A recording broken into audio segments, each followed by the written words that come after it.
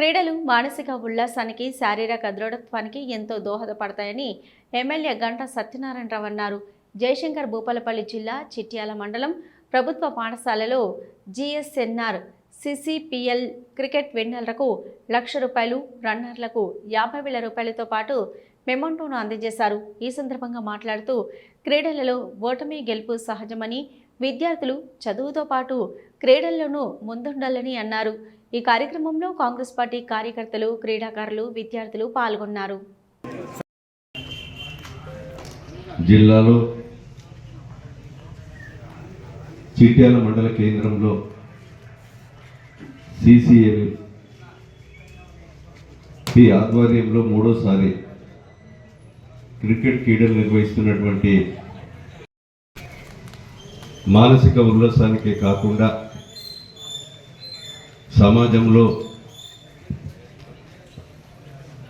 ఈరోజు క్రీడలతో పాటు మన యొక్క లక్ష్యాన్ని కూడా ఎంచుకోవాల్సిన అవసరం ఉంది. క్రీడలను ప్రోత్సహించడానికి మనందరం కూడా ఈరోజు బాధ్యతాయుతంగా సహకరించవలసిన అవసరం ఉంది. క్రీడాకారులకు కూడా ఒక స్పోర్ట్స్ యూనివర్సిటీని కూడా ఈ ప్రభుత్వం ఏర్పాటు చేయబోతుంది.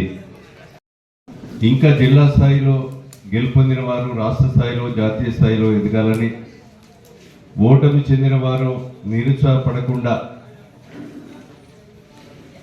మళ్ళీ ఈ జిల్లా స్థాయిలో, రాష్ట్ర స్థాయిలో గెలుపు కొరకు మీ కృషి ఉండాలని క్రీడాకారులకు నేను విజ్ఞప్తి చేస్తున్నా.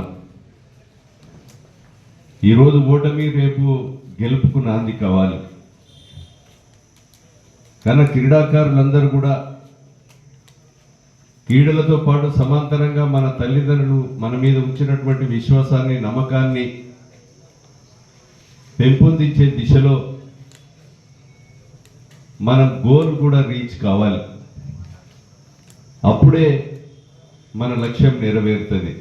పట్టుదలతో మనిషి ఏదైతే కావాలనుకుని కృషి ఉంటుందో ఆ కృషి తప్పకుండా విజయవంతమవుతుంది.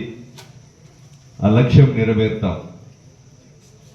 కనుక ఆ దిశలో అందరూ కూడా క్రీడాకారులు ఉండాలని, ప్రజాప్రతినిధులు ఉండాలని, ప్రతి ఒక్క లక్ష్యం గోల్ రీచ్ అయ్యే విధంగా పనిచేయాలని మీకు ఈ సందర్భంగా తెలియజేస్తున్నా. సంకల్పం క్రీడాకారులకు కూడా ఉండాలని, క్రీడాకారులు కూడా రాష్ట్ర స్థాయి, జాతీయ స్థాయిలో, నేషనల్ స్థాయిలో ఎదగాలని, మంచి ఉద్యోగ అవకాశాలు, మీ గోల్ రీచ్ కావాలని ప్రతి ఒక్క వ్యక్తి కోరుకోవాలని మీకు ఈ సందర్భంగా నేను తెలియజేస్తున్నాను. కనుక మనం ఇంకా తెచ్చినవన్నీ కూడా చెప్తే ఇంకా